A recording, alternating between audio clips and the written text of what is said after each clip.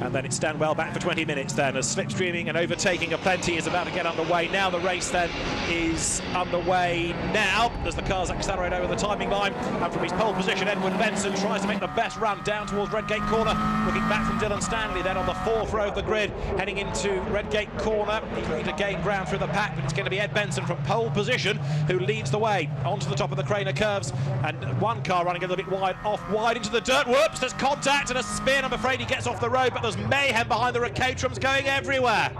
Yeah, not a good move that, getting a back end on the dirt on the outside there and collecting. We'll see a replay of that, I'm sure, a little bit later on, but carnage at the start. And that, of course, is ahead of the next grid, so all the Sigma graduates go into a yellow flag zone straight away. Ian Anderson it is that leads the class there, ahead of Bill Scott, the funeral director with the black car, understandably, as he goes through the right-hander, and you can see the wheel arches lying on the road, and there are bits everywhere. Yeah, what is a Caterham race without some of them without the front or rear wheel arches on, you know? Some people actually get rid of them as tactical to keep the tyres cooler. Saves weight on the car as well. So you've got Ed Benson leading the way from Gareth Cordy then, with Neil Shinner running in 3rd place as they come out of Coppins for the first time. But I just wonder, with all those bits lying around at Redgate, whether that's going to be a safety car period to get those out of the way. So, tow for here. You can see the car making its way on the outside line and gaining a place down to the chicane. They all funneled through at the end of lap 1, and it looks as though, as they come over the timing line, Edward Benson is managing to hang on to the race lead. Yeah, speaking to Dylan Stanley earlier, he said tow is very, very important. Great onboard footage there of gear change, really good camera position there, so we're going to get some good action from that car later on. One wide in the gravel, that's over at Coppice. Leaders go through Redgate, and Ed Benson now leads, going through the debris there, with Neil Shinner up into 2nd place, and somebody else being all heroic on the inside. 104 was Toby Bryant, looking to get past Dylan Stanley. Has he done it? No, he's not. I think he's still slightly on the right. Dylan Stanley's giving him just enough room. Can he come back? Will we see that car reappear? Not at the moment, no. He's still going to check his mirrors because that car could be on the inside. No, it's not. But what a good stuff. Wheel-to-wheel action on the exit of Redgate all the way down into Craner curves. Brilliant Caterham action. And 1 or 2 of those cars that we saw getting tangled up at Redgate have just peeled down the pit lane. So the circuit's a little bit quieter because quite a few cars now are in the pit road, and more bits almost demolished there. Cars having to scatter around them, but some of those wheel arches could not be in a worse place. 3, 4 of them in this gaggle heading downhill. Oh, and there's more mayhem over at McLean's. Cars spinning, cars in the gravel. After some perfect racing and very clean driving from the other group, this lot, I'm afraid, are getting a bit carried away. So you've got one car beached in the gravel, and that was over at McLean's corner, so there's going to be more shuffling of the order at the end of this lap. 112 is stationary. That's Gareth Cordy, who was in 2nd place, remember, a lap ago. And Neil Shinner is 103, and he's walking away from his car, so that's the leading group that has now been decimated.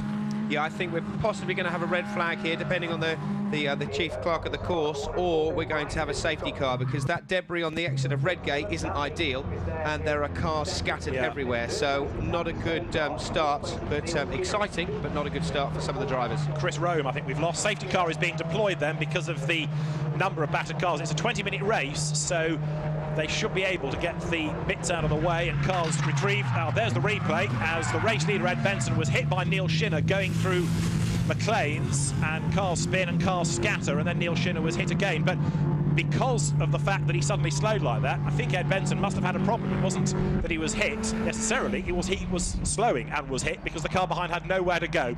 So as I say, we have a safety car situation. It's on the timing screen telling the people in the pit lane that the safety car is going to be deployed. That, as you see Chris Rome standing by the side of his stricken car, is so the race can carry on, albeit under controlled conditions, to get everybody out of the way. But with 20 minutes of racing, this was the point I started to make, there should be enough laps left by the end for people to have some worthwhile racing. The safety car then on standby. I think what they're trying to do is get everybody slowed down first of all, then release the safety car. But it's not gone out yet, even though the safety car legend is on the board. Yeah, so this is where the drivers really need to have a good look out at the marshal's posts. It's very, very easy to get so focused on the car in front and winning that race that you're in at the moment, rather than watching the marshals. So on board now, so we're slow on board there, so he's obviously spotted the safety car. And the new race distance is 22 minutes. To allow for the safety car, they're going to give them another couple of minutes on top of the original 20. So 22 minutes then, because of the safety car, is what has now been told to the teams on the timing screen. And because of all the drama that went on at McLean's corner, with the leader Ed Benson slowing and being hit from behind, we now have a new leader in the person of Toby Bryant. In second place is Dylan Dylan Stanley, and then in third place 155 Andrew Sager, in what is a totally different order from that we had before all the mayhem broke out at McLean's Corner. Yeah, the car that we can see there in the pit lane just doesn't look that damaged, but then again, radiator could have been damaged as well, so there could be an engine failure if that car continues. So hopefully the mechanics can pull that bit of bodywork off and they can continue. Marshall's working extremely hard here today. We saw an incident earlier on the BMW at the chicane, and remember, these guys are voluntary. They love their job, they love getting involved, and they love motorsport, so they're all getting involved in helping the cars get cleared off the track as quickly as possible so we can get underway with our racing again. Pit lane getting very busy as well, as lots of people with damage have headed for the pit lane. Others that can't even get that far being dragged out of the way. Neil Shinner then was second, hit the slowing car of the erstwhile race leader Ed Benson. Let's look at the start though first of all. White car of Benson leading down towards Redgate, and heading out wide you'll see the pale blue car runs out of road onto the curb, and that triggers the first part of the mayhem, Charlie. Yeah, the blue car that did run wide, that started all of this off, was had a lot of understeer, and as it then approached the dusty exit of the Redgate corner, it snapped into oversteer and just literally fired him across the track, and nobody had anywhere to go. It's just one of those racing close Caterham accidents, really.